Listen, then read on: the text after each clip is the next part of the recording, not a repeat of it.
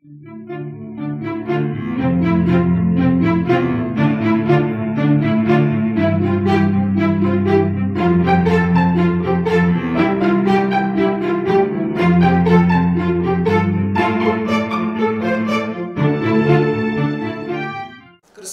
பிரியமானவர்களே, உங்களை மனதார வாழ்த்துகிறேன், ஆசீர்வதிக்கிறேன். ஒவ்வொரு வெள்ளிக்கிழமையும் சங்கீதங்களை நாம் தியானித்து வருகின்றோம். அந்த சங்கீதங்களின் வழியாக அநேக காரியங்களை ஆண்டவர் கற்றுத்தருகிறார். இன்றைக்கு 6வது சங்கீதத்தை நான் உங்களுக்கு கற்றுக் கொடுக்க விரும்புகின்றேன். நீங்கள் எல்லாரும் ஆயத்தமாய் இருக்கும்படியாக உங்களை அன்போடு கூட அழைக்கின்றேன். நாம் தியானத்திற்கு முன்பதாக ஒரு நிமிடம் ஆண்டவரை நோக்கி நாம் ஜெபிப்போமா? எங்களை அதிகமாக நேசிக்கிற அன்பு நிறைந்த ஆண்டவரே, 6வது சங்கீதத்தை நாங்கள் தியானிக்க ஆயத்தப்படுகின்றோம். எவைகளை எங்களுக்கு கற்றுக் கொடுக்க வேண்டும் என்று சொல்லி நீர் விரும்புகிறீரோ அதை எங்களுக்கு கற்றுத்தார். நீர் எங்களோடு கூட பேசும், இடைபடும். இயேசுவின் மூலம் ஜெபிக்கிறோம் அன்பு நிறைந்த ஆண்டவரே, ஆமென். ஹல்லேலூயா, ஹல்லேலூயா. கர்த்தர் நம்மை ஆசீர்வதிப்பார். 5வது சங்கீதம் உங்களுக்கு ஆசீர்வாதமாய் பயனுள்ளதாய் இருந்திருக்கும் என்று சொல்லி நான் கர்த்தருக்குள்ளே விசுவாசிக்கிறேன்.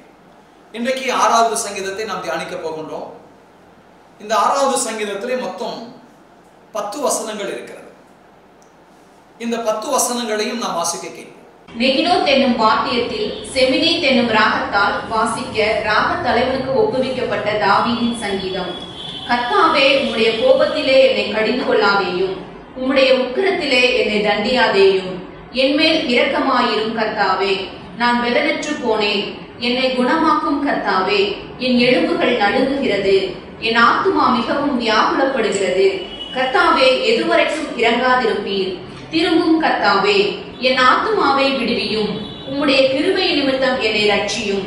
மரணத்தில் உம்மை நினைவு கூறுவதில்லை, பாதாளத்தில் உம்மை துதிப்பவன் யார்? என் பெருமூச்சினால் இளைத்து போனேன். ரா முழுவதும் என் கண்ணீரால் என் படுக்கையை மிகவும் ஈரமாக்கி என் கட்டிலை நனைக்கிறேன். துயரத்தினால் என் கண்கள் குழிவிழுந்து போயிற்று. என் சத்துருக்கள் அனைவர் நிமித்தமும் மங்கி போயிற்று. அக்கிரமக்காரரே, நீங்கள் எல்லாரும் என்னை விட்டு அகன்று போங்கள். கர்த்தர் என் அழுகையின் சத்தத்தை கேட்டார். கர்த்தர் என் விண்ணப்பத்தை கேட்டார். கர்த்தர் என் ஜெபத்தை ஏற்றுக்கொள்வார். என் பகைஞர் எல்லாரும் வெட்கி மிகவும் கலங்கி போவார்கள். அவர்கள் பின்னாக திரும்பி சடுதியிலே வெட்கப்படுவார்கள். கிறிஸ்துவுக்குள் பிரியமானவர்களே, இந்த சங்கீதங்களில் புஸ்தகத்திலே 6வது சங்கீதத்திலே 10 வசனங்களை நீங்களும் நானும் வாசிக்க கேட்டோம். ஆனால் இன்றைக்கு நான் இந்த சங்கீதத்தை முழுமையாய் உங்களுக்கு கற்றுக் கொடுக்காமல் முதலாவதாக இந்த சங்கீதத்தினுடைய சூழ்நிலைகளை உங்களோடு கூட நான் கற்றுக் கொடுக்க விரும்புகின்றேன். இதனுடைய அறிமுக உரையை உங்களோடு கூட நான் பகிர்ந்து கொள்ள நான் பிரயாசப்படுகின்றேன். ஏன் என்று சொன்னால், இந்த சங்கீதம் எந்த சூழ்நிலையிலே எழுதப்பட்டது, தாவீது எப்படிப்பட்ட சூழ்நிலைகளிலே அவன் வாழ்ந்து கொண்டிருந்தான், தாவீதுடைய வாழ்விலே ஆண்டவர் எப்படிப்பட்ட மாற்றங்களையும் ஆசீர்வாதங்களையும் தந்தார் என்று சொல்லி இந்த 6வது சங்கீதத்தின் வழியாக சில காரியங்களை உங்களோடு கூட முன்னுரையாக நான் பகிர்ந்து கொள்ள நான் பிரயாசப்படுகின்றேன். ஏனென்று சொன்னால், ஒவ்வொரு சங்கீதத்திற்கும் முன்னுரை அவசியமான ஒன்று. அந்த முன்னுரையிலே சில காரியங்களை ஆண்டவர் நமக்கு கற்றுக் கொடுக்க விரும்புகின்றார். சில காரியங்கள் நாம் தெரியாமல் அறியாமல் இருந்திருப்போம். அவைகளை இன்றைக்கு நான் உங்களுக்கு கற்றுக் கொடுக்க விரும்புகின்றேன். ஏனென்று சொன்னால், இந்த 6வது சங்கீதத்தை நாம் படிக்கின்ற பொழுது, பொதுவாகவே எந்த சங்கீதத்தை வாசிக்கின்ற பொழுது முதல் வசனத்திற்கு மேலே இருக்கிற குறிப்புகளை நாம் படிப்பதில்லை, நாம் வாசிப்பதில்லை. ஏனென்று சொன்னால் அதனுடைய ரகசியம் நமக்கு தெரியாது. ஆனால் இன்றைக்கு இந்த 6வது சங்கீதத்தை தியானிக்கிற வேளையிலே அதன் மேலே இருக்கிற அந்த குறிப்பை உங்களுக்கு கற்றுக் கொடுக்கவும், அதே சூழ்நிலைகளிலே இந்த 6வது சங்கீதத்திலே தாவீதுடைய சூழ்நிலைகள் எப்படிப்பட்ட ஒரு சூழ்நிலைகளிலே தாவீது வாழ்ந்து கொண்டிருந்தால், அதனுடைய பின்னணி, இந்த சங்கீதத்தினுடைய சூழ்நிலைகள் எல்லாவற்றையும் உங்களுக்கு கற்றுக் கொடுக்க விரும்புகின்றேன். ஆகவே நீங்கள் கற்றுக்கொள்ளும்படியாக உங்களை ஆவலாய் அன்பாய் நான் அழைக்கின்றேன். பிரியமானவர்களே, நாம் வாசிக்க கேட்போமா? இந்த சங்கீதங்களின் புஸ்தகம் 6வது சங்கீதத்திலே அந்த மேல் பகுதியை நாம் வாசிக்க கேட்போம். நெகினோத் என்னும் வாத்தியத்தில் செமினீத் என்னும் ராகத்தால் வாசிக்க ராக தலைவனுக்கு ஒப்புவிக்கப்பட்ட தாவீதின் சங்கீதம். அன்புக்குரியவர்களே, இந்த 6வது சங்கீதத்திலே பார்க்கின்ற பொழுது அதிலே 3 காரியங்கள் குறிப்பிடப்பட்டிருக்கிறது. நெகினோத் என்னும் வாத்தியம், செமினித் என்னும் ராகம், ராகத்தலைவர். இந்த 3 குறிப்புகளுமே நாம் கற்றுக்கொள்ள வேண்டிய ஒரு குறிப்புகள். நெகினோத் என்பது ஒரு இசைக்கருவி, செமினித் என்பது ஒரு ராகம், ராகத்தலைவன் யார்? இவைகளுக்கான கேள்வியை இன்றைக்கு உங்களுக்கு பதிலாக அளிக்க நான் விரும்புகின்றேன். அதற்கு முன்பதாக இந்த சங்கீதத்தினுடைய பின்னணியையும் இந்த சங்கீதத்திலே தாவீதுடைய சூழ்நிலைகளையும் உங்களுக்கு நான் அறிமுக உரையாக சுட்டிக்காட்ட விரும்புகின்றேன். இந்த சங்கீதத்தை நீங்கள் வாசித்து பாருங்கள், அமர்ந்திருந்து நீங்கள் தியானித்து பாருங்கள். தாவீதுடைய வாழ்க்கை எப்படிப்பட்டது? தாவீது எந்த சூழ்நிலைகளிலே வாழ்ந்து கொண்டிருந்தான்? நாம் அதை உணர முடியும். இந்த சங்கீதத்தை நான் வாசித்து பார்க்கிற பொழுது அநேக வேளைகளிலே தாவீது எப்படிப்பட்ட நிலையிலே வாழ்ந்து கொண்டிருந்தானோ அதே நிலையை நம்முடைய வாழ்விலும் நாம் அனுபவித்திருப்போம். அப்படிப்பட்ட கஷ்டங்களையும் துன்பங்களையும் நாமும் கடந்து வந்திருப்போம். பிரியமான தேவனுடைய பிள்ளைகளே, துன்பங்களையும் கவலையும் கண்டு நீங்கள் சோர்ந்து விட வேண்டாம். தாவீதுடைய வாழ்வை மாற்றின ஆண்டவர், தாவீதை ஆசீர்வதித்த ஆண்டவர் நிச்சயமாகவே உங்களுடைய வாழ்வையும் ஆண்டவர் ஆசீர்வதிப்பார் என்பதை நீங்கள் மறந்துவிட வேண்டாம். இந்த சங்கீதத்தை நான் வாசித்து பார்க்கிற பொழுது தாவீது எப்படிப்பட்ட சூழ்நிலைகளிலே இருந்தான் என்பதற்கு சில உதாரணங்களை உங்களுக்கு கற்றுக் கொடுக்க விரும்புகின்றேன். பிரியமான தேவனுடைய பிள்ளைகளே, 6வது சங்கீதம் 2வது வசனத்தையும் 3வது வசனத்தையும் நாம் வாசிக்க கேட்போம். என்மேல் இரக்கமாயிரும் கர்த்தாவே, நான் பலனற்று போனேன். என்னை குணமாக்கும் கர்த்தாவே, என் எலும்புகள் நடுங்குகிறது. என் ஆத்துமா மிகவும் வியாகுலப்படுகிறது. கர்த்தாவே, எதுவரைக்கும் இறங்காதிருப்பீர்? பிரியமானவர்களே, இங்கே தாவீது சொல்லுகிற அந்த வார்த்தைகளை நீங்கள் கவனித்து பாருங்கள். ஆண்டவருடைய சமூகத்திலே அவன் கெஞ்சி மன்றாடுகிறான். ஆண்டவரே, என்மேல் இரக்கமாயிரும், என்னை குணமாக்கும், என்னுடைய எலும்புகளெல்லாம் நடுங்குகிறது, என் ஆத்துமா மிகவும் வியாகுலத்தோடு கூட இருக்கிறது. ஆண்டவரே, எனக்கு உதவி செய்யும். இன்னும் ஒரு வார்த்தையை நாம் வாசிக்க கேட்போம். 5வது வசனத்தை வாசிக்க கேட்போம். மரணத்தில் உம்மை நினைவு கூர்வதில்லை, பாதாளத்தில் உம்மை துதிப்பவன் யார்? பிரியமானவர்களே, இங்கே சொல்லுகிற வார்த்தைகளை கவனித்து பாருங்கள். மரணத்தில் உம்மை நினைவு கூர்வதில்லை. இந்த மரணம் என்கிற வார்த்தைகளை கவனித்து பாருங்கள். தாவீதுடைய சூழ்நிலை உங்களுக்கு தெரியும். அப்படி என்று சொன்னால் மரணத்தை போன்ற வேதனைகளும் துன்பங்களும் நிறைந்த ஒரு வாழ்க்கை தாவீதுடைய வாழ்க்கையாக இருந்தது. இன்னும் அழகாய் சொல்ல வேண்டும் என்று சொன்னால் 6வது வசனத்தையும் 7வது வசனத்தையும் வாசிக்க கேட்போம். என் பெரும் மூச்சினால் இளைத்து போனேன். ரா முழுவதும் என் கண்ணீரால் என் படுக்கையை மிகவும் ஈரமாக்கி என் கட்டிலை நனைக்கிறேன். துயரத்தினால் என் கண்கள் குழி விழுந்து போயிற்று. என் சத்துருக்கள் அனைவர் நிமித்தமும் மங்கி போயிற்று. பிரியமானவர்களே, இங்கே சொல்லுகிற வார்த்தைகளை கவனித்து பாருங்கள். இரா முழுவதும் என் கண்ணீரினால் என் படுக்கையை மிகவும் ஈரமாக்கி என் கட்டிலை நனைக்கின்றேன். தாவீதுடைய வாழ்க்கை இதுதான். ஒவ்வொரு நாளும் ஒவ்வொரு நிமிடமும் கண்ணீர் நிறைந்த ஒரு வாழ்க்கை. அவன் சொல்லுகிற வார்த்தைகளை கவனித்து பாருங்கள். இரவு முழுவதும் கண்ணீரோடு கூடவே நான் தொங்கிக் கொண்டிருக்கிறேன். இந்த கண்ணீரினாலே நான் படுத்திருக்கிற இந்த படுக்கை முழுவதுமே அந்த கண்ணீரின் துளிகள் நிறைந்திருக்கிறது. அவ்வளவு துன்பங்களும் துயரமும் நிறைந்த ஒரு வாழ்க்கை. பிரியமான தேவனுடைய பிள்ளைகளே, அவன் சொல்லுகிற வார்த்தைகளை கவனித்து பாருங்கள். 7வது வசனத்திலே, துயரத்தினால் என்னுடைய கண்கள் எல்லாம் குழி விழுந்து போயிற்றது. பிரியமான தேவனுடைய பிள்ளைகளே, அவருடைய சரீரம் எல்லாம் பலவீனத்தின் மத்தியில் இருக்கிறது. அது மாத்திரமல்ல, அங்கே சொல்லுகிற வார்த்தைகளை நீங்கள் கவனித்து பாருங்கள். என் சத்துருக்கள் அனைவர்கள் நிமித்தமும் மங்கி போயிற்று. பிரியமானவர்களே, சரீரத்திலே மாத்திரமல்ல, சத்துருக்களின் நிமித்தமும் பலவிதமான துன்பங்களை அவன் அனுபவித்துக் கொண்டிருக்கிறான். அப்போ இந்த சங்கீதத்தை நீங்க படிச்சு பாருங்க. தாவீது எப்படிப்பட்ட நிலையிலே இருந்தான் என்று சொன்னால், துன்பத்தின் மத்தியிலே அவன் வாழ்ந்து கொண்டிருக்கிறான். கண்ணீர்கள் நிறைந்த அந்த சூழ்நிலைகளிலே நிரம்பி வாழ்ந்து கொண்டிருக்கிறான். அப்படிப்பட்ட ஒரு சூழ்நிலைகளிலே ஆண்டவருடைய இரக்கத்தை தேடி, ஆண்டவருடைய இரக்கத்தை நோக்கி கெஞ்சி மன்றாடுகிற ஒரு அழகான சங்கீதம் தான் இந்த 6வது சங்கீதம்.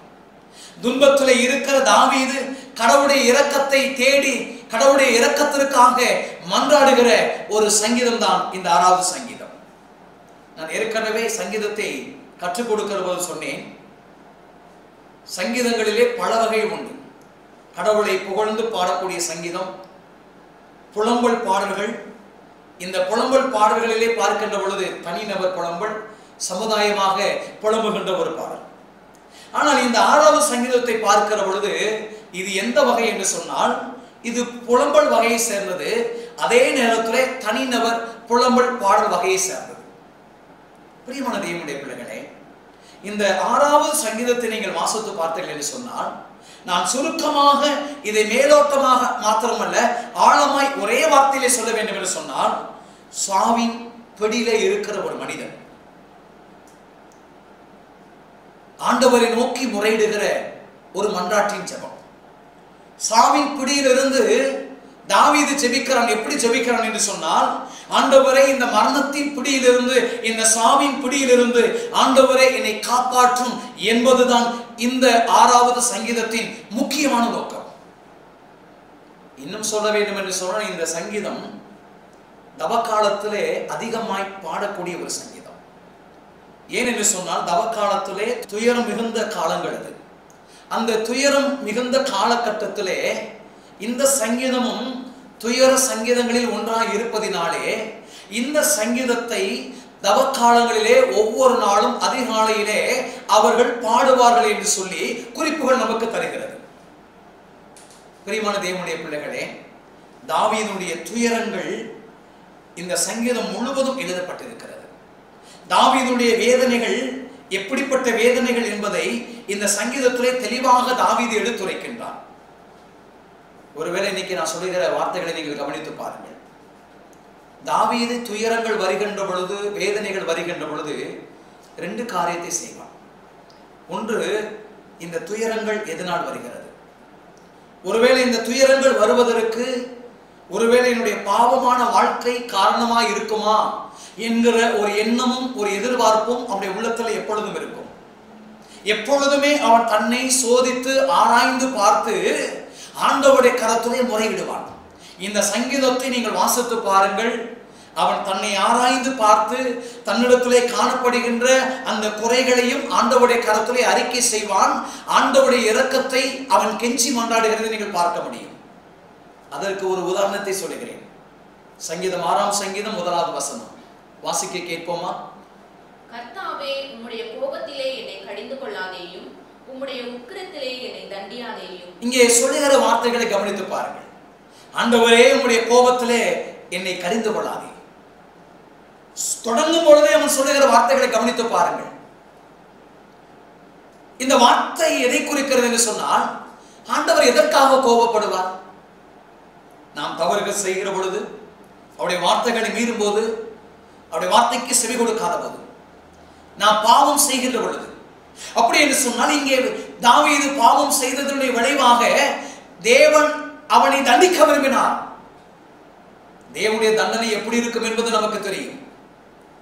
பிரியமான தேவனுடைய பிள்ளைகளே, அந்த தண்டனையில் இருந்து மீட்பு பெற வேண்டும் என்று சொல்லி தாவீது எதிர்பார்க்கிறார். அதை இந்த பகுதியில் நான் பார்க்க முடியும். பிரியமான தேவனுடைய பிள்ளைகளே, அது மாத்திரமல்லாமல் நாம் இதுவரை 1லிருந்து 6 சங்கீதங்கள் வரைக்கும் நாம் படித்திருக்கிறோம். ஆனால் இந்த 6வது சங்கீதம் எப்படிப்பட்ட சங்கீதம் என்று சொன்னால், முதல் பாவத்தை அறிக்கை செய்கிற ஒரு சங்கீதம். பாவத்திலிருந்து தன்னை மீட்கும்படியாக ஆண்டவரிடத்திலே தாவீது கெஞ்சுகின்ற, அந்த பாவத்திலிருந்து மீட்பு பெற வேண்டும் என்கின்ற அந்த வாஞ்சையும் அந்த எதிர்பார்ப்பும் இந்த சங்கீதத்திலே இருப்பதை நான் பார்க்க முடியும்.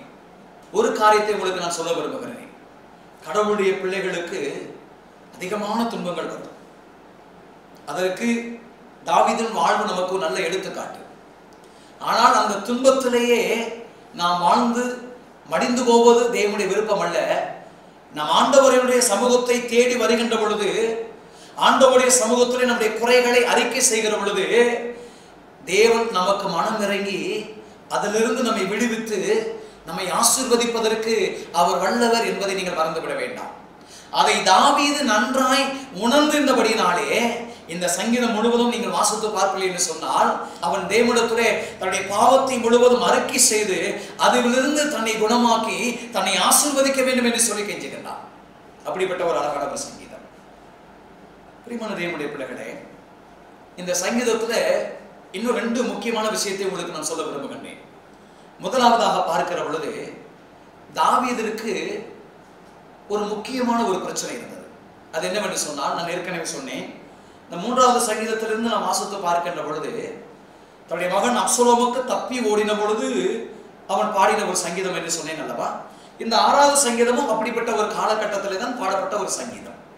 பிரியமானவர்களே, தன்னுடைய மகன் மூலமாகவும் தன்னுடைய மகனை சார்ந்த அந்த மக்கள் மூலமாக, எதிரிகளின் மூலமாகவும் பலவிதமான துன்பங்களை அவன் அனுபவித்ததினாலே அவன் உள்ளத்தாலே பலவிதமான வேதனைகளையும் கஷ்டங்களையும் அவன் அனுபவித்திருந்தான். உள்ளம் சார்ந்து மிகுந்த கஷ்டங்களையும் வேதனைகளையும் தாவீது அனுபவித்திருந்தான். ஆனால் இப்பொழுது இந்த சங்கீதத்தை நீங்கள் ஆழமாய் வாசித்து பார்த்தீர்கள் என்று சொன்னால், நான் பலனற்று போயிருக்கிறேன், என்னை குணமாக்கும் கர்த்தாவே, என் எலும்புகள் நடுங்குகிறது, உம்முடைய கோபத்தில் என்னை கடிந்து கொள்ளாதே, இந்த வார்த்தைகளை தான் நீங்க கவனித்து பார்த்தீங்கன்னு சொன்னா, இன்னொரு சூழ்நிலைகளிலே தாவீது பாதிக்கப்பட்டிருக்கிறார். அது என்னவென்று சொன்னால், சரீரம் சார்ந்த ஒரு பாதிப்பு, உடல் சார்ந்த ஒரு பாதிப்பு. பிரியமானவர்களே, இந்த சூழ்நிலைகளை நாம் வைத்து பார்க்கிற பொழுது தாவீதுக்கு அப்படி என்ன உடல் சார்ந்த பாதிப்பு என்று சொல்லி நீங்கள் கேட்கலாம். ஆனால் இந்த சங்கீதத்தினுடைய பின்னணியிலே ஒரு குறிப்பு வருகிறது. அது என்னவென்று சொன்னால், தாவீது ராஜா பட்சேபானுடன் செய்த பாவத்திற்கு தண்டனையாக யாதொரு கொடிய வியாதியினாலே ஒருவேளை பாதிக்கப்பட்டிருக்கலாம். அந்த பாதிக்கப்பட்ட காலத்திலே இந்த சங்கீதத்தை அவன் எழுதியிருக்கலாம் என்கிற ஒரு குறிப்பும் கொடுக்கப்பட்டிருக்கிறது. அப்படி என்று சொன்னால், உடல் நோய்களினாலே பாதிக்கப்படுகிற பொழுது தாவீது ஆராய்ந்து பார்க்கிறான், இந்த உடல் நோய்க்கு காரணம் என்ன, எதனால் இந்த உடல் நோய் எனக்கு வந்தது, இந்த சரீரத்தில் ஏன் பலவீனம், இதற்கு காரணம் என்ன என்று சொல்லி ஆராய்ந்து பார்க்கிற பொழுது, ஒருவேளை நான் செய்த பாவம் ஒருவேளை இதற்கு காரணமா இருக்குமோ என்கிற ஒரு எண்ணம் வந்த உடனே ஆண்டவரிடத்தில் முறையிடுகிறான். என்ன முறையிடுகிறான்? என்னை குணமாக்கும் ஆண்டவரே, என்னை விடுவியும் ஆண்டவரே, என்னை மன்னியும் ஆண்டவரே. பிரியமான தேவனுடைய பிள்ளைகளே, நீங்களும் ஆண்டவருடைய கரத்துல இந்த தாவீதை போல நீங்க கேட்டீங்க சொன்னீங்கன்னா, நீங்க முறையிட்டீங்கன்னு சொன்னா ஆண்டவர் உங்களை குணமாக்குவார். ஒருவேளை நீங்க முறையிடாமல் இருந்தால் எப்படி ஆண்டவரிடத்திலிருந்து மன்னிப்பு பெற்றுக்கொள்ள முடியும்? இந்த சங்கீதத்தினுடைய முகவுரையிலே அதைத்தான் ஆண்டவர் நமக்கு தாவீதின் வாழ்வின் மூலமாக கற்றுக் கொடுக்கிறார். பிரியமான தேவனுடைய பிள்ளைகளை மறந்துவிட வேண்டாம். தாவீதுடைய ஒவ்வொரு அனுபவமும் நம்முடைய வாழ்விலே காணப்பட வேண்டும். அப்பொழுதுதான் தாவீதை உயர்த்தினதை போல ஆண்டவர் நம்மையும் உயர்த்த முடியும். ஹல்லேலூயா. பிரியமானவர்களே, அப்படிப்பட்ட ஒரு அனுபவத்திற்கு நேராக கடந்து போவதற்கு இந்த சங்கீதங்கள், தாவீதுடைய அனுபவங்கள், தாவீதுடைய அந்த அர்ப்பணிப்பு நமக்கு முன்னோடியாக இருக்கிறது என்பதை நீங்கள் மறந்துவிட வேண்டாம். பிரியமான தேவனுடைய பிள்ளைகளே, அப்படி என்று சொன்னால் இதையெல்லாம் வைத்து பார்க்கிற பொழுது தாவீதுடைய துயரங்களை முழுமையாய் எடுத்துரைப்பதனாலே இது துயர சங்கீதங்கள் என்று சொல்லி அழைப்பார்கள். ஆகவே அந்த அடிப்படையிலே இன்றைக்கு இந்த சங்கீதத்தை உங்களுக்கு நான் கற்றுக் கொடுத்து வருகின்றேன். அன்புக்குரிய தேவனுடைய பிள்ளைகளே, ஆகவே இந்த சூழ்நிலைகள், பத்சேபாளிடத்திலே செய்த அந்த தவறுகளின் நிமித்தமாக உண்டான பலவீனங்கள், சோர்வுகளின் மத்தியிலே ஆண்டவருடைய கரத்திலே இரக்கத்திற்காக மன்றாடுகின்ற ஒரு ஜெபமும், அதே நேரத்திலே எதிரிகள் நிமித்தமாக ஏற்பட்ட அந்த துன்பங்களை நினைத்து ஆண்டவரிடத்திலே உதவி கேட்டு மன்றாடுகின்ற ஒரு மன்றாட்டாய் இந்த 6ஆம் சங்கீதம் நமக்கு அமைகிறது. அன்புக்குரிய தேவனுடைய பிள்ளைகளே, அப்படிப்பட்ட ஒரு அழகான சங்கீதம் இந்த 6ஆம் சங்கீதம். அது மாத்திரமல்லாமல் ஏற்கனவே நான் சொன்னேன், இந்த சங்கீதத்திலிருந்து இன்னும் சில காரியங்களை உங்களுக்கு கற்றுக் கொடுக்க விரும்புகிறேன். அது என்னவென்று சொன்னால், அந்த சங்கீதத்திலே நான் ஏற்கனவே சொன்னேன், 1ஆம் வசனத்திற்கு மேலே இருக்கிற அந்த 3 குறிப்புகள், அதை நான் மறுபடியும் நினைவுபடுத்துகிறேன். நெகினோத் என்னும் வாத்தியம். அப்படி என்று சொன்னால் இது ஒரு வகையான நரம்பு இசை கருவி என்று சொல்லி ஏற்கனவே அதை குறித்து நான் முழுமையாக உங்களோடு கூட பகிர்ந்து கொண்டிருக்கிறேன். அதை குறித்து உங்கள் அனைவருக்கும் நன்றாய் தெரியும். அது ஒரு வகையான வாத்திய கருவி. பிரியமான தேவனுடைய பிள்ளைகளே, ஆனால் இந்த இடத்திலே இந்த 6வது சங்கீதத்தில் இன்னொரு வார்த்தை சொல்லப்பட்டிருக்கிறது. மறுபடியும் இதை நாம் வாசிக்க கேட்போம். நெகினோத் என்னும் வாத்தியத்தில் செமினீத் என்னும் ராகத்தால் வாசிக்க ராகத் தலைவனுக்கு ஒப்புவிக்கப்பட்ட தாவீதின் சங்கீதம். பிரியமானவர்களே, நீங்கள் வேத பகுதியை உங்களுடைய இல்லத்தில் இருக்கிற பொழுது வாசித்து பாருங்கள். 4வது சங்கீதத்திலே நெகினோத் என்னும் ஆத்தியம் என்று சொல்லப்பட்டிருக்கும். 5ஆம் சங்கீதத்திலே பார்க்கிற பொழுது நெகிலோத் என்னும் ஆத்தியம் என்று சொல்லப்பட்டிருக்கும். அங்கேயும் ராகத்தலைவன் வரும், இங்கேயும் ராகத்தலைவன் வரும். ஆனால் இந்த 6வது சங்கீதத்திலே பார்க்கிற பொழுது இங்கே நெகினோத் என்னும் ஆத்தியம் வருகிறது, ராகத்தலைவன் வருகிறது. அதற்கு இடையிலே பார்க்கிற பொழுது இன்னொரு வார்த்தை வருகிறது. அது என்ன வார்த்தை என்று சொன்னால் செமினித் என்னும் ராகம். இந்த செமினித் என்றால் என்ன? பிரியமான தேவனுடைய பிள்ளைகளே, செமினித் என்பதற்கு என்ன அர்த்தம் என்று சொன்னால் அதற்கு சரியான ஒரு பொருள் 8 அல்லது 8வது என்று சொல்லி பொருள். ஒருவேளை இன்னும் ஆழமாய் சொல்ல வேண்டும் என்று சொன்னால் 8ஆம் கட்டை என்று நாம் சொல்லுவோம் அல்லவா, 8th key என்று சொல்லுகிறார்கள். இன்னும் இதற்கு பலவிதமான விளக்கங்கள் உண்டு, அதை உங்களுக்கு கற்றுக் கொடுக்கிறேன். ஒருவேளை அநேக நேரங்களில் வாசித்திருப்போம், இதனுடைய அர்த்தம் என்ன என்று சொல்லி நாம் புரியாமல் படித்து விட்டு நாம் போய்விடுவோம். ஆனால் இன்றைக்கு இந்த சங்கீதத்தை கற்றுக்கொள்கிற வேளையிலே நீங்கள் அதை கற்றுக்கொள்ளும்படியாய் ஆண்டவர் நமக்கு கற்றுக் கொடுக்க விரும்புகின்றார். அப்படி என்று சொன்னால் செமினித் என்பது 8வது என்று சொல்லி பொருள். செமினித் என்பது 8th key என்று சொல்லுவார்கள்.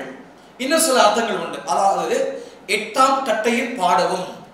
இதற்கு அர்த்தம் செமினித் என்பது இந்த சங்கீதத்தை தாவீது சொல்லுகிறார் 8ஆம் கட்டையில் பாடவும். அல்லது என்று சொன்னால் இதற்கு இன்னொரு பொருளும் உண்டு. 8 கம்பிகள் உள்ள நரம்பு கருவிகளையும் இது குறிப்பதாக சொல்லுகிறார்கள். இது மாத்திரமில்லாமல் இந்த செமினித் என்கிற வார்த்தைக்கு இன்னொன்று சொல்லுகிறார்கள். வழிபாட்டிலே 8ஆம் பகுதியையும் இது குறிக்கும் என்று சொல்லுகிறார்கள். இப்படி பல அர்த்தங்கள் இந்த ஒரே வார்த்தைக்கு அடங்கி இருக்கிறது என்பதை நீங்கள் நானும் தெரிந்து கொள்ள வேண்டும். மறுபடியும் நினைவுறுத்துகிறேன். செமினித் என்று சொன்னால் 8வது என்று பொருள், 8th key என்று பொருள், 8ஆம் கட்டையில் பாடவும் என்பதும் அர்த்தம், 8 கம்பிகள் உள்ள நரம்பு கருவிகளையும் குறிக்கும், வழிபாட்டில் உள்ள 8ஆம் பகுதியையும் இது குறிக்கும் என்று சொல்லுகிறார்கள். பிரியமான தேவனுடைய பிள்ளைகளே, 4ஆம் சங்கீதம் 5ஆம் சங்கீதத்திற்கும் இந்த 6ஆம் சங்கீதத்துக்கும் வித்தியாசம் உண்டு. ஏனென்று சொன்னால் இந்த 6வது சங்கீதம் தான் எந்த ராகத்தில் பாட வேண்டும், எந்த இசையிலே பாட வேண்டும், எப்படி பாட வேண்டும் என்று சொல்லி கூறப்பட்டிருக்கிறது. நெகினோத் என்னும் ஆத்தியத்திலே பாட வேண்டும், செமினித் என்னும் ராகத்திலே வாசிக்க வேண்டும் என்று சொல்லி ராக தலைவனுக்கு இந்த சங்கீதத்தை தாவீது ஒப்பு கொடுக்கிறதை நாம் பார்க்கின்றோம். பிரியமான தேவனுடைய பிள்ளைகளே, ஒருவேளை செமினித் என்கிற ராகம் எப்படி இருக்கும்? நாம் எல்லாரும் ஒருவேளை இசைகளை கற்றறிந்தவர்கள் கிடையாது. ஒருவேளை நமக்கு இசைகளை குறித்து ஒரு சில ஞானம் நமக்கு இருக்கும். ஆனால் இன்றைக்கு அதை நீங்கள் அறிந்து கொள்ள வேண்டும் என்பதற்காகத்தான் இந்த முன்னரே உங்களோடு நான் பகிர்ந்து கொள்ள விரும்புகிறேன். அதாவது செமினித் என்பது அது ஒரு வகையான ராகம். இது அடித்தொண்டையிலிருந்து பாடக்கூடிய ஒரு பாடல், ஒரு ராகம், உணர்ந்து பாடக்கூடிய ஒரு ராகத்தை சேர்ந்தது. அதாவது 2 வகையான காரியத்தை உங்களுக்கு நான் சொல்ல விரும்புகிறேன். அது என்னவென்று சொன்னால் 1 நாளாகமும் 15ஆம் அதிகாரம் 20வது வசனத்தையும் 21வது வசனத்தையும் நாம் வாசிக்க கேட்போம். சகரியா, ஆசியேல், செமிரமோத், எகியேல், உன்னி, எலியா, மாசையா, பெனாயா என்பவர்கள் அல்மோத் என்னும் இசையில் பாடி தம்புருக்களை வாசித்தார்கள். மத்தித்தியா, எலிப்பலேகு, மிக்னேயா, ஓபேத் ஏதோம், ஏஏல், அசசியா என்பவர்கள் செமனித் என்னும் இசையில் பாடி சுரமண்டலங்களை நேர்த்தியாய் வாசித்தார்கள். பிரியமான தேவனுடைய பிள்ளைகளே, இந்த 1 நாளாகமும் 15ஆம் அதிகாரம் 20ஆம் வசனம் 21ஆம் வசனத்தை நன்றாக வாசித்து பாருங்கள். ஏனென்று சொன்னால் இன்றைக்கு நாம் தியானித்துக் கொண்டிருக்கிற அந்த செமினித் என்கிற வார்த்தை இந்த வேத பகுதியிலே சுட்டி காட்டப்பட்டிருக்கிறது. இதற்கு முன்பதாக அந்த 19ஆம் வசனத்திலே பார்க்கிற பொழுது சில பெயர்களுடைய பெயர்கள் பாடகராகிய என்று சொல்லி ஆரம்பித்து சில பெயர்கள் சொல்லப்பட்டிருக்கிறது. இவர்கள் எல்லாம் யார் என்று சொன்னால் இவர்கள் எல்லாம் பாடல்களை பாடக்கூடியவர்கள், இசைகளை வாசிக்கக்கூடியவர்களுடைய பெயர்கள் அங்கே சுட்டி காட்டப்பட்டிருக்கிறது. இந்த 19ஆம் வசனத்திலே பார்க்கிற பொழுது இவர்கள் எல்லாரும் அல்மோத் என்னும் இசையிலே பாடுகிறார்கள். அல்மோத் என்கிற ஒரு ராகத்திலே பாடுகிறார்கள், தம்பூர்களை வாசிக்கிறார்கள். அப்படி என்று சொன்னால் அல்மோத் என்கிற அந்த ராகம் எதை குறிக்கிறது என்று சொன்னால் அதைத்தான் நம்ம சொல்லுவாங்க, இசை கருவியிலே வாசிக்கிறவர்கள் ஒருவேளை பாட தெரிந்தவர்களுக்கு நன்றாய் தெரியும், ஹை நோட் என்று சொல்வார்கள். பிரியமானவர்களே, அல்மோத் என்று சொன்னால் ஹை நோட்டிலே பாட வேண்டும். இரண்டாவதாக பார்க்கிற பொழுது சில பெயர்கள் 21ஆவது வசனத்திலே சொல்லப்பட்டிருக்கிறது. அதில் நீங்கள் பார்க்கின்ற பொழுது செமினித் என்கிற வார்த்தை அங்கே பயன்படுத்தப்பட்டிருக்கிறது. அவர்கள் செமினித் என்னும் இசையை பாடி சுரமண்டலங்களை நேர்த்தியாக வாசித்தார்கள். அப்படி என்று சொன்னால் இந்த செமினித் என்பது எதை குறிக்கிறது என்று சொன்னால் லோ நோட் என்று சொல்லி அர்த்தம். இப்போ உங்களுக்கு புரியுதா? சங்கீதக்காரன் தாவீது இந்த 6வது சங்கீதத்தை சொல்லுகின்ற பொழுது அவர் சொல்லுகிறார், என்ன செய்ய வேண்டும் என்று சொன்னால் நெகினோத் என்னும் வாத்தியத்தில் நீங்க வாசிக்கணும். 2வது இந்த சங்கீதத்தை லோ நோட்டுல பாடணும் அப்படின்னு சொல்லி என்ன பண்றாருங்க, சங்கீதக்காரன் அங்கே இருக்கிற பாடகர் தலைவனான அந்த ராக தலைவனுக்கு ஆணையிடுகிறதை நான் பார்க்க முடிகிறது. இந்த 6வது சங்கீதத்தை எப்படிதான் பாடணும், இந்த ராகத்துல தான் பாடணும், இந்த இசை கருவிகளை தான் வாசிக்கணும் சொல்லி தாவீது அங்கே சொல்லுகிறதை நான் பார்க்க முடிகிறது. எவ்வளவு ஆச்சரியம் இல்லையா? பிரியமான தேவனுடைய பிள்ளைகளே, ஒரு பாடகர் குழு இருந்தா அப்படியே நம்ம சாதாரணமா பாடி விட்டு போயிடக்கூடாது. தாவீது சொல்லுகிற வார்த்தைகளை கவனித்து பாருங்க. ஒவ்வொரு பாடலையும் பாடும் பொழுது அந்த பாடல் நேர்த்தியா இருக்கணும், அந்த பாடலுக்கு ஒழுங்கு இருக்கணும். அதை தாவீது எப்பொழுதுமே விரும்பக்கூடியவன்.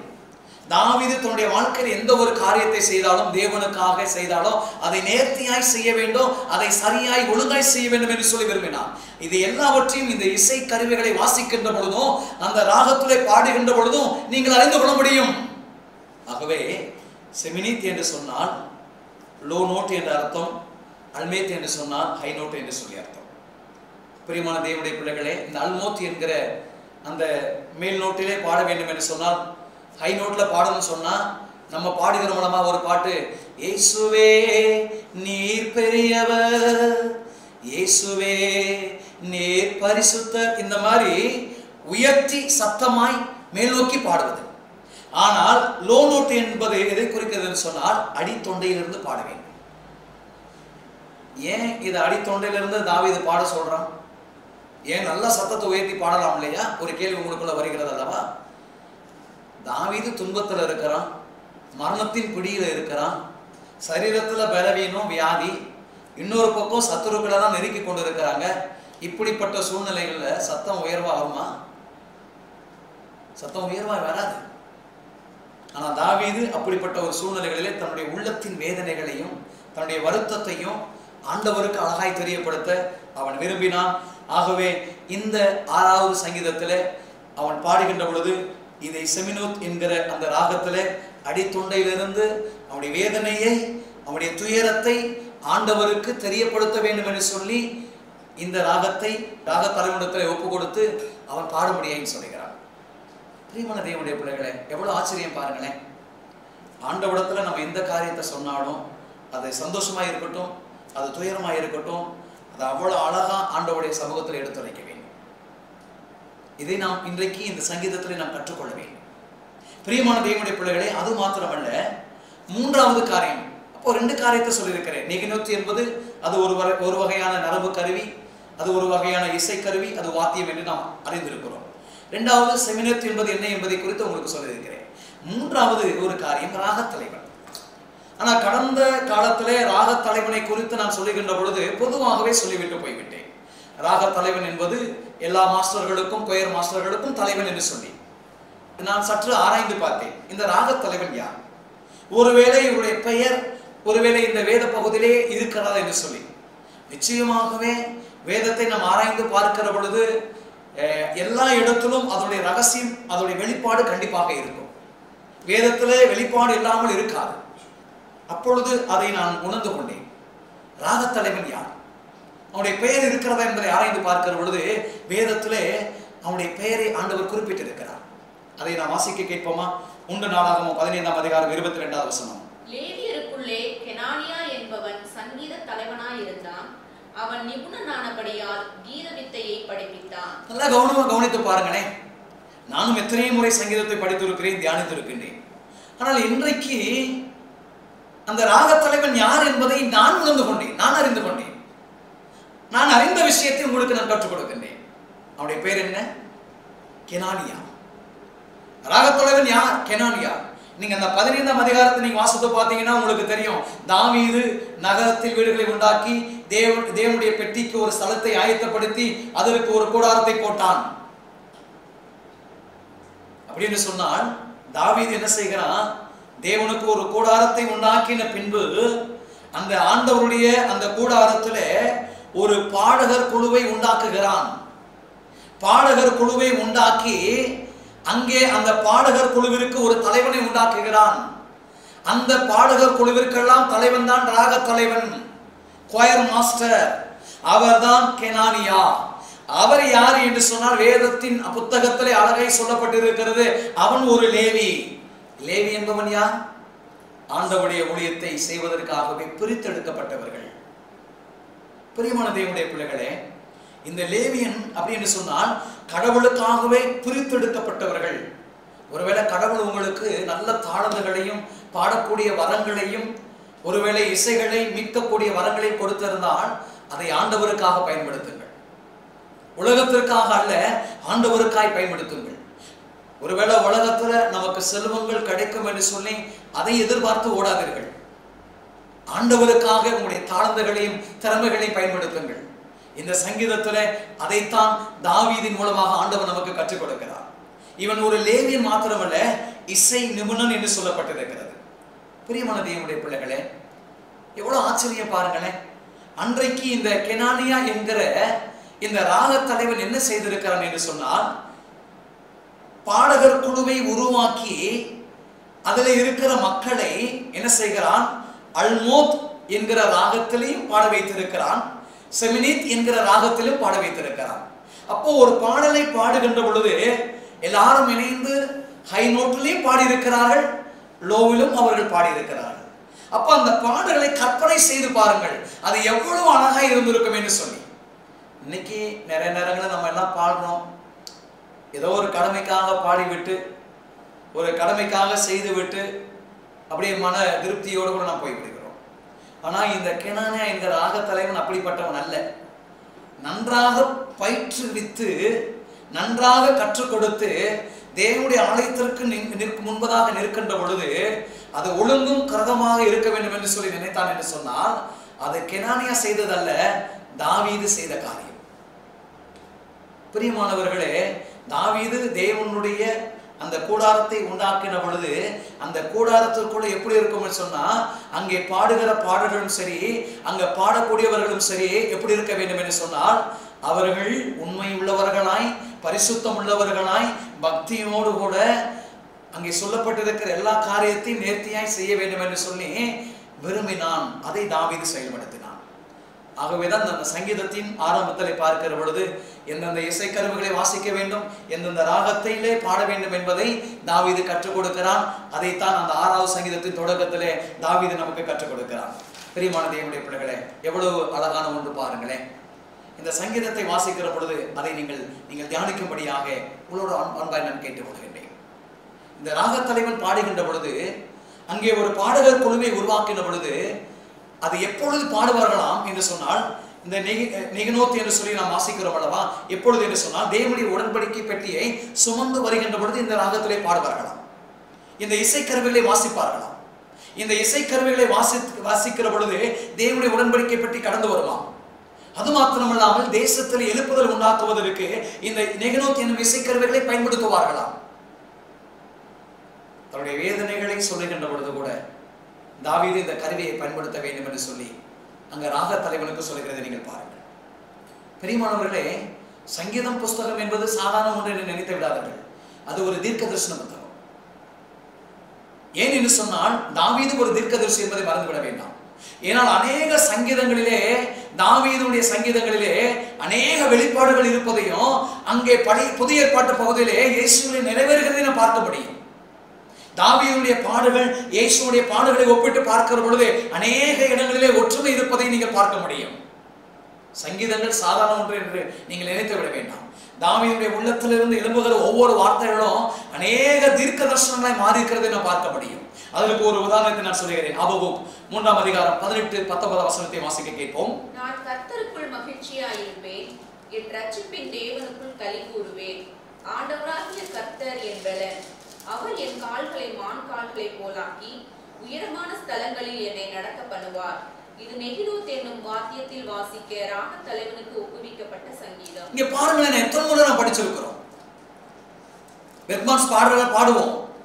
அத்திமரம் தெளிவிடாமல் போனாலும் என்று சொல்லி பாடுவோம். இந்த வசனத்தை அடிக்கடி வாக்குத்தத்த வசனமாய் கேட்டிருக்கிறோம். ஆனால் அதற்கு கீழாக ஒரு பகுதி வருகிறது. நிகனோத் என்னும் மாத்தியத்தில் வாசிக்க ராக தலைவனுக்கு ஒப்புவிக்கப்பட்ட சங்கீதம். அங்கே ஆபகுக்கு அழகாய் சொல்லுகிறார். இங்கே தாவீதின் அந்த சங்கீதத்திலே தாவீது என்ன கருவியை எடுத்து பயன்படுத்தினாரோ அதே வகையிலே இந்த தீர்க்கதரிசியும் பாடுகிறதை நீங்கள் பாருங்களேன். நிகனோத் என்பது சாதாரண ஒன்று அல்ல. எல்லா தீர்க்கதரிசிகளும் இந்த இசைக்கருவிகளை வாசித்து பயன்படுத்தியிருக்கிறார் என்பதற்கு ஆபகுக்கும் ஒரு உதாரணம். அன்றைக்கெல்லாம் தீர்க்கதரிசிகளை ஆண்டவர் பயன்படுத்தினார் என்று சொன்னால் சும்மா அல்ல, எவ்வளவு வளமையாய் பயன்படுத்தியிருக்கிறார் என்பதற்கு இந்த பகுதியெல்லாம் நமக்கு எவ்வளவு ஆதாரமாக இருக்கிறது என்பதை நீங்கள் ஆராய்ந்து பாருங்கள். அன்புக்குரிய தேவனுடைய பிள்ளைகளே, அப்படி என்று சொன்னால் இந்த சங்கீதத்தை நாம் ஆராய்ந்து பார்க்கிறோம், தியானிக்கின்றோம். இந்த முன்னுரை எவ்வளவு அற்புதமானது என்று பாருங்கள். நிகனோத் என்பது என்ன என்பதை நாம் உணர்ந்து கொண்டோம். செமினோத் என்றால் என்ன என்பதை நாம் உணர்ந்து கொண்டோம். ராகத்தலைவன் யார் என்பதை நாம் உணர்ந்து கொண்டோம். நாம் அறிந்து கொண்டோம் அல்லவா? அறிந்து கொண்ட நாம் மற்றவர்களுக்கும் இதை நீங்கள் கற்றுக் கொடுங்கள். அது உங்களுக்கு ஆசீர்வாதமாக இருக்கும். இன்னும் சில காரியத்தை மாத்திரம் நான் சொல்லி நிறைவு செய்ய விரும்புகின்றேன். இந்த சங்கீதத்தின் 6வது சங்கீதத்தை நீங்க அப்படியே வீட்டில் இருக்கும்போது வாசித்து பார்த்தீங்கன்னா தாவீது 2 காரியத்தை இங்கே வெளிப்படுத்துகின்றான். ஒன்று, அவனுடைய பாவத்தை குறித்த ஒரு உணர்வு, அவன் செய்த பாவத்தை நினைத்து வருந்துகிறதை நீங்கள் பாருங்கள். 2வது, தேவனுடைய கோபத்தை இங்கே குறித்து அவன் பேசுகிறான். நான் பாவம் செய்தால் தேவனுடைய கோபம் வெளிப்படும். தேவனுடைய கோபம் வெளிப்பட்டால் என்னால் தாங்க முடியாது, நான் அழிந்து விடுவேன், நான் மரித்து போவேன் என்பதை அவன் உணர்ந்தவனாய் ஆண்டவருடைய கரத்திலே, ஆண்டவரே என் பாவத்தை நான் உணர்கிறேன், அந்த பாவத்திலிருந்து என்னை மீட்டு என்னை ரட்சியும், என்னை தண்டியாயுதனும், நீ எனக்கு இரக்கம் செய்யும் என்று சொல்லி இந்த வேத பகுதியை மன்றாடுகிறதை நாம் பார்க்கின்றோம். ஒருவேளை வருகின்ற காலத்திலே, வருகின்ற வாரத்திலே அதை குறித்து இன்னும் ஆழமாய் கற்றுக் கொடுக்க உங்களுக்கு விரும்புகின்றேன். தாவீதுடைய அந்த பாவம் பற்றிய அந்த உணர்வை இல்லத்தில் இருக்கும் போது வாசித்து பாருங்கள். 2வது, தேவனுடைய கோபத்தை பற்றிய அந்த பயபக்தியான சிந்தனையையும் தாவீது எப்படிலாம் வெளிப்படுத்தியிருக்கிறார் என்பதை நீங்கள் ஆராய்ந்து பார்த்தீர்கள் என்று சொன்னால் இன்னும் இந்த சங்கீதத்தை ஆழமாய் கற்றுக்கொள்ள உங்களுக்கு உதவியாக இருக்கும். ஆகவே பிரியமான தேவனுடைய பிள்ளைகளை, இந்த சங்கீதத்திற்கு இந்த விளக்கம் போதும் என்று சொல்லி நான் நினைக்கின்றேன். பிரியமான தேவனுடைய பிள்ளைகளே, இந்த பின்னணியிலே, இந்த சூழ்நிலைகளிலே தாவீது இந்த சங்கீதத்தை பாடினான். தன்னுடைய உள்ளத்திலே வேதனை, தன்னுடைய சரீரத்திலும் வேதனை. அப்படிப்பட்ட ஒரு சூழ்நிலைகளிலே ஆண்டவரே எனக்கு உதவும், எனக்கு இறங்கும், என்னுடைய நோய்களெல்லாம் மாற்றி என்னை குணமாக்கும், எதிரிகளின் மத்தியில் இருந்து ஆண்டவரே என்னை காப்பாற்றி எனக்கு உதவி செய்யும் என்று சொல்லி சங்கீதக்காரன் பாடின ஒரு அழகான ஒரு சங்கீதம். துன்பத்தின் மத்தியிலே எழுந்த ஒரு மன்றாட்டு. ஆகவே இந்த சங்கீதத்தை 4 பிரிவுகளாக நாம் பிரிக்கலாம். 1லிருந்து 3 வசனங்கள் வரைக்கும் ஒரு பகுதி, 4லிருந்து 6 வசனங்கள் ஒரு பகுதி, 7லிருந்து 8 வசனங்கள் ஒரு பகுதி, 9லிருந்து 10 வசனங்கள் வரைக்கும் கடைசி பகுதி. 4 பகுதிகள். முதல் பகுதிக்கு நான் தருகிற ஒரு தலைப்பு 1லிருந்து 3, தாவீதின் அங்கலாய்ப்பு. முதல் வார்த்தை என்ன? அங்கலாய்ப்பு. 2வது பகுதி 4லிருந்து 6 வசனங்கள், அழுகை, தாவீதுடைய அழுகை. 2வது பகுதி அழுகை. 3வது பகுதி 7லிருந்து 8 வசனங்கள், தாவீதின் அறிக்கை. 3வது வார்த்தை அறிக்கை. 4வது 9லிருந்து 10 கடைசி வசனங்கள், தாவீதின் ஆனந்தம். 4வது வார்த்தை ஆனந்தம். மறுபடியும் நினைவுபடுத்துகிறேன், இந்த 6வது சங்கீதத்திலே 4 காரியங்களை நாம் ஒவ்வொரு வாரமும் கற்றுக்கொள்ள இருக்கிறோம். அங்கலாய்ப்பு, 2வது அழுகை, 3வது அறிக்கை, 4வது ஆனந்தம். தாவீதின் அங்கலாய்ப்பு எப்படிப்பட்டது? தாவீதுடைய அழுகை எப்படிப்பட்டது? தாவீது என்ன அறிக்கை செய்தான்? தாவீதுடைய வாழ்விலே ஆண்டவர் தந்த அந்த மகிழ்ச்சி என்ன, ஆனந்தம் என்ன என்பதை குறித்து நாம் தியானிக்க போகின்றோம். ஒருவேளை இந்த பகுதியை இன்னும் வேறு விதமாய் நீங்கள் தியானிக்க வேண்டும் என்று சொல்லி நீங்கள் விரும்பினால் இந்த பகுதியை 3 பகுதியாய் பிரிக்கலாம். 1லிருந்து 5 வசனங்கள் வரைக்கும் ஒரு பகுதி, 6லிருந்து 8 வசனங்கள் வரைக்கும் 2வது பகுதி, 9லிருந்து 10 வசனங்கள் வரைக்கும் கடைசி பகுதி. முதல் பகுதியை எப்படி நீங்கள் வாசிக்கலாம் என்று சொன்னால், தாவீதுடைய அந்த கஷ்டங்களை நீங்கள் அதிலே பார்க்க முடியும். 2வது பகுதியிலே தாவீதுடைய கண்ணீர் நிறைந்த வாழ்க்கையை நீங்கள் பார்க்க முடியும். 3வது அந்த தாவீதுடைய கஷ்டமும் கண்ணீரும் எப்படி களிப்பாய் மாறினது என்பதை 9, 10 வசனங்களிலே நீங்கள் சிந்திக்க முடியும். இன்னொரு பகுதியும் நீங்கள் அப்படி சிந்தித்து பாருங்கள். மறுபடியும் சொல்லுகிறேன், தாவீதின் கஷ்டம், தாவீதுடைய கண்ணீர், தாவீதுடைய களிப்பு. இந்த பகுதியிலும் இந்த பகுதியை தியானிக்க முடியும். ஆகவே வீட்டிலே அமர்ந்திருக்கிற பொழுது நான் சொன்ன இந்த 7 குறிப்புகளையும் மையமாக வைத்து நீங்கள் தியானித்து பாருங்கள். நிச்சயமாகவே இந்த 6வது சங்கீதம் நம்முடைய வாழ்விற்கு அது ஆசீர்வாதமாய் இருக்கும். ஒருவேளை உடைந்து போய் இருக்கிற நமக்கு அது ஆறுதலாய் இருக்கும். கண்ணீரோடு கூட இருக்கிற நமக்கு நம்முடைய கண்ணீரை துடைக்கின்ற ஒன்றாய் இருக்கும். அன்புக்குரிய தேவனுடைய பிள்ளைகளே, வருகிற வாரத்திலே முதல் பகுதியாகிய 1 3 வசனமாகிய தாவீதுடைய அங்கலாய்ப்பை குறித்து உங்களோடு கூட நான் பகிர்ந்து கொள்ள இருக்கின்றேன். ஆகவே ஆயத்தத்தோடு கூட அடுத்த வாரம் காத்திருங்கள். நிச்சயமாகவே அதன் மூலமாக கர்த்தர் நமக்கு அநேக காரியங்களை கற்றுக் கொடுப்பார். ஆகவே இந்த நாளிலே நாம் கற்றுக்கொண்ட இந்த அறிமுக உரையின் அடிப்படையிலே தேவன் உங்களுக்கு அநேக காரியங்களை கற்றுக் கொண்டிருக்கிறார். அநேக காரியங்களை அறிந்திருக்கின்றோம். நிச்சயமாகவே இந்த சங்கீதம் உங்களுக்கு ஆசீர்வாதமாக இருந்திருக்கும் என்று சொல்லி நான் நம்புகின்றேன். கண்களை மூடி ஆண்டவரை நோக்கி நாம் ஜெபம் செய்வோம். அன்பின் ஆண்டவரே, இன்றைக்கு இந்த சங்கீதத்தினுடைய அறிமுக உரையை நாங்கள் கற்றுக்கொண்டோம். அறியாத அநேக விஷயங்களை நீர் எங்களுக்கு கற்றுக் கொடுத்தேன். தாவீதுடைய சூழ்நிலை, தாவீதுடைய வேதனை, தாவீதுடைய கண்ணீர் நிறைந்த பாதைகளை ஆண்டவரே நாங்கள் அறிந்து கொண்டோம். அப்படிப்பட்ட ஒரு சூழ்நிலைகளிலே உம்மை நோக்கி மன்றாடினான் என்று சொல்லி நாங்கள் பார்த்தோம். ஒருவேளை நாங்களும் கண்ணீர் நிறைந்த சூழ்நிலைகளில் இருக்கின்ற பொழுது, வேதனை மத்தியிலே ஆண்டவரே நாங்கள் திரிகின்ற பொழுது உம்மை நோக்கி மன்றாடுவதற்கு எங்களுக்கு உதவி செய்யும். அப்படி நாங்கள் மன்றாடுகின்ற பொழுது அந்த மன்றாட்டின் சத்தத்தை கேட்டு எங்களை ஆசீர்வதியும் அப்பா. யாரெல்லாம் இந்த சத்திய வார்த்தைகளை கேட்டார்களோ அவர்கள் எல்லாரையும் ஆசீர்வதியும். தொடர்ந்து நீங்க பாதுகாத்துக் கொள்ளும். வருகின்ற வாரத்திலும் நீர் எங்களுக்கு எதையெல்லாம் கற்றுக் கொடுக்க வேண்டும் என்று சொல்லி விரும்புகிறீர்களோ அதை உங்களுக்கு கற்றுத்தாரும். இயேசுவில் முடிஞ்சு வைக்கிற அன்பு நிறைந்த ஆண்டவரே, ஆமென். நம்முடைய ஆண்டவராக இயேசு கிறிஸ்துவின் கிருபை, பிதாவாகிய கடவுளின் அன்பு, பரிசுத்த ஆவியுடைய துணை, ஆசீர்வாதம் உங்கள் அனைவரோடு வேண்டும் என்று சதா காலமும் தங்கி நிலைத்திருப்பதாக. ஆமென், ஆமென். God bless you. கர்த்தர் நம்மை ஆசீர்வதிப்பார். நிச்சயமாகவே இந்த அறிமுக உரை உங்களுக்கு பயனுள்ளதாய் இருக்கும் என்று சொல்லி நம்புகின்றேன். அடுத்த வாரம் உங்களை சந்திக்கின்றேன். கர்த்தர் உங்களை ஆசீர்வதிப்பாராக. God bless you.